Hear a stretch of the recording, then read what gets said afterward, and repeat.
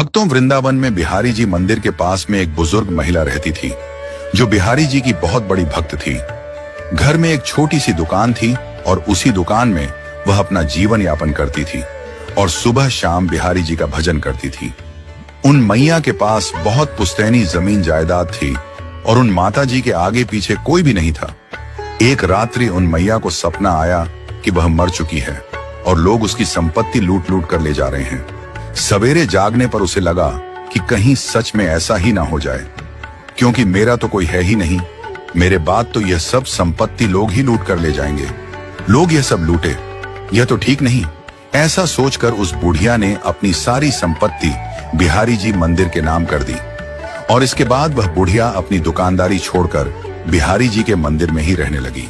रोजाना मंदिर से ही उसे दोनों समय का भोजन भी मिलने लगा।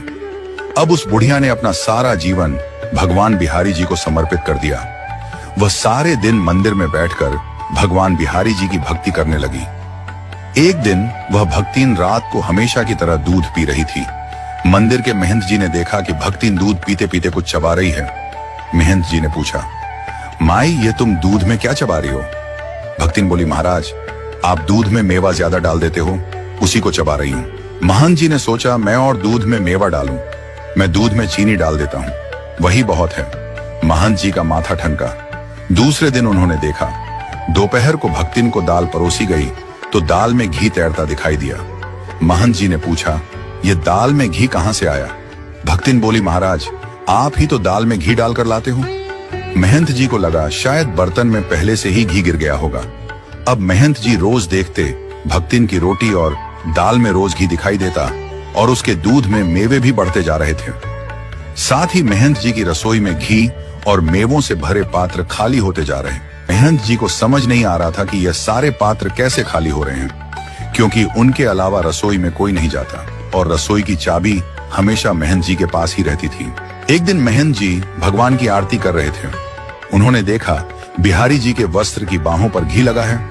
उन्होंने सोचा शायद आरती करते समय लग गया होगा। महंत जी ने उस वस्त्र को धोकर बिहारी जी को दूसरी पोशाक पहना दी। लेकिन दूसरे दिन उन्होंने देखा भगवान के दोनों हाथ घी में सने हुए हैं। अब महंत जी को विश्वास हो गया कि यही बिहारी जी भक्तिन को दूध में मेवे और दाल रोटी में घी डालकर देते हैं। महंत जी ने बिहारी जी से कहा, प्रभु, आपकी ये चोरी की आदत अभी तक नहीं छूटी। प्रभु, मैंने वह सब खाद्य सामग्री संतों की सेवा के लिए बचा रखी है, परंतु आप तो सब कुछ भक्तिन पर लुटा रहे हैं। ये ठीक नहीं है। कभी कोई संतों की जमात आ गई तो मैं उनकी कैसे सेवा करूंगा? भगवान चुपचाप सुनते रहे और कुछ नहीं बोले।